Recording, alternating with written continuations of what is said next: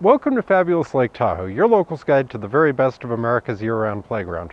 I'm Jack Durst, and this is part 2 of my open letter to the Sierra Club and Earthjustice on their opposition to the TRPA's general plan. If you didn't see part 1 of 2, please click on the annotation and watch part 1 first, because most of my argument is in part 1. This is about all of the additional examples. In the last part, I argue why it is that Tahoe's built environment has to be renewed. In this part, I'm going to argue why the lawsuit culture around the Tahoe Regional Planning Agency is so counterproductive to getting anything positive for the environment done here in Lake Tahoe. And I'm going to give some of what I think are really my best examples of why the Sierra Club does not need to be messing around in the TRPA's business, because the TRPA actually knows better than they do on a lot of these issues. Earthjustice recently blocked Homewood on the far side of the lake from expansion. Homewood had put in for an environmental assessment of their ski resort expansion. They told the TRPA exactly what would be an economic expansion for their ski resort, and the TRPA told them how to do it in an environmentally responsible way. All well and good. I am for having economic opportunities in Lake Tahoe, and frankly, skiing is a hell of a lot less environmentally disruptive than light manufacturing would be. Yes, skiing does have its environmental problems, but they can be mitigated.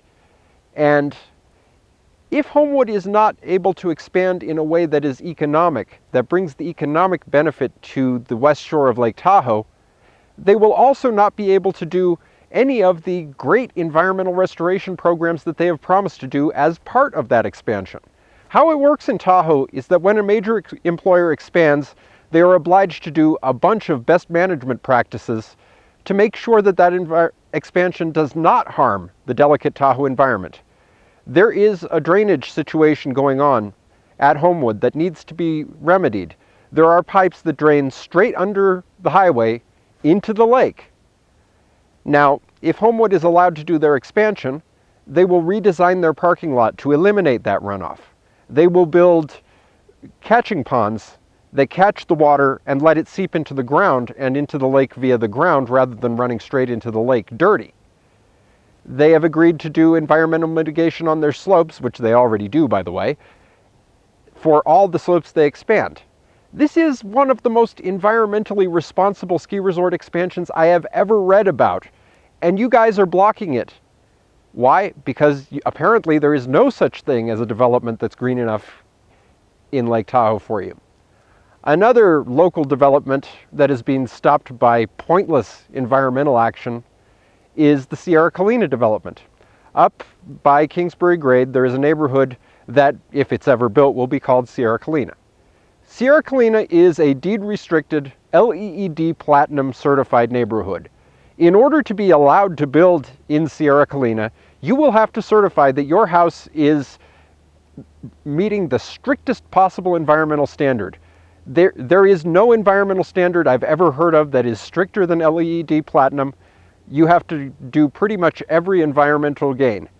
Now, League to Save Lake Tahoe stopped Sierra Colina from being built over about 18 feet of trail access that would be tremendously beneficial to the public. Now, Sierra Colina is not in a stream zone. There is a stream at the border of Sierra Colina, but that lot is conservancy land and it will never be built.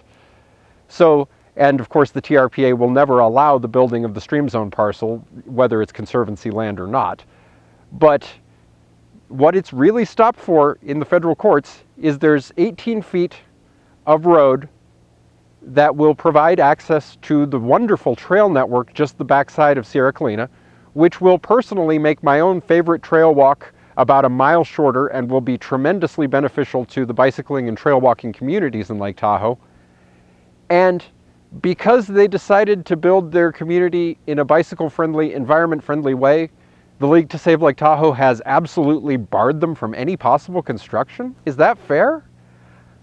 Or another one of these situations where you have prevented something that would actually be a tremendous environmental benefit is Boulder Bay up on the North Shore.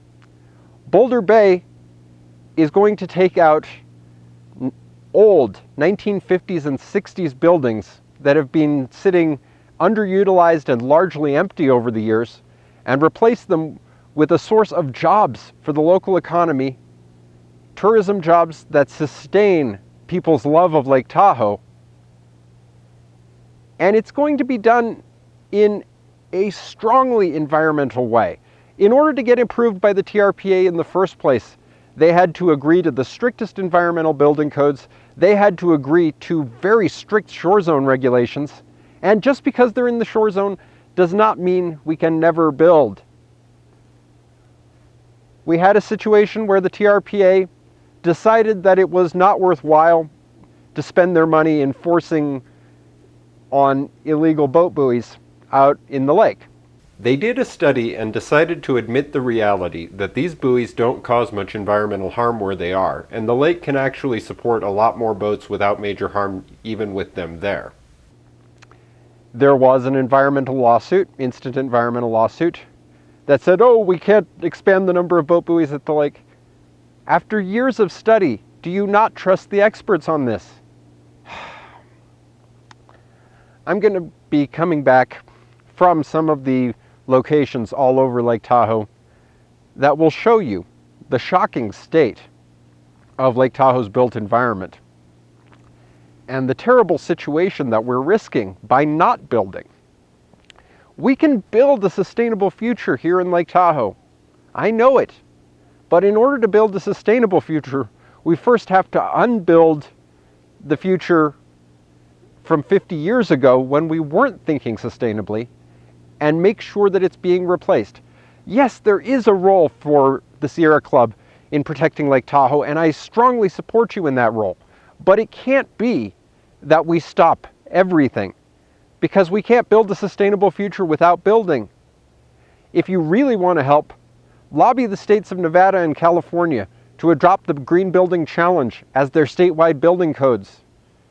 That will help us maintain a snow Lake Tahoe instead of a Lake Tahoe where it doesn't snow anymore. We need better building codes nationwide, and I do favor the strictest environmental building codes everywhere, not just in Lake Tahoe. We need to have local regulators who are functional and who are able to enforce the rules where they need to be enforced, but also who are able to cut the citizens the slack they need to have to be able to live the Tahoe lifestyle up here. The TRPA was founded in 1969 by an interstate compact between California and Nevada. They didn't want Lake Tahoe to go gray on their watch, to use the words the politicians at the time used, and they especially didn't want to be blamed for that. So they founded the Tahoe Regional Planning Agency. For 40 years, the Tahoe Regional Planning Agency has determined the planning direction of Lake Tahoe, and they have been ruthless environmentalists, stopping just about everything. It got so bad that the state of Nevada threatened to pull out of the Tahoe Regional Compact and not be in the TRPA's jurisdiction anymore with SB 271. If you click on the annotation, you can see my long, delicately argued argument against SB 271 that I made in the day. I'm not going to repeat it here, but suffice it to say, SB 271 would remove Nevada from Tahoe's jurisdiction and basically lead to San Jose on the Nevada side in Lake Tahoe. We need a strong regulator in the TRPA who is actually able to enforce. SB 271 has not been removed yet. It is still the law of the land in Nevada that if the TRPA's general plan is blocked, Nevada is going to pull out of the TRPA and leave Tahoe without a federal enforcement agency. That cannot be allowed. And in order to build that sustainable future, we need a working, active environmental regulator up in Tahoe. And suing at this point would stop even that from functioning. If you stop the good guys from doing the environmental plans they need to do, you're going to leave yourself without the regulatory enforcement against the bad guys who will come later. So long as there's a TRPA, Tahoe is never going to turn into San Jose. But the moment it's gone, then we will have complete and uncontrolled development, at least on the Nevada side, and we'll have another disaster the scale of the 50s and 60s in Tahoe, We have the technology to build correctly now, but we need an active regulator to mandate that that technology be used. So, thank you for listening to my rant. I'm Jack Durst. This is Fabulous Lake Tahoe. To see both parts of this argument, together with links and extra pictures, go to fabulouslaketahoe.blogspot.com or scan the QR code on your screen with your cell phone. Click the annotation to check out my playlist of environment videos at Lake Tahoe. I have a great argument on why SB 271 was a bad idea in the first place and why it should be repealed now.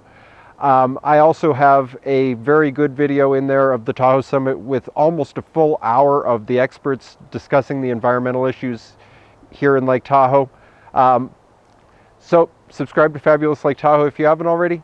Thumbs up if you enjoyed this video. Thank you, and keep Tahoe blue. Bye.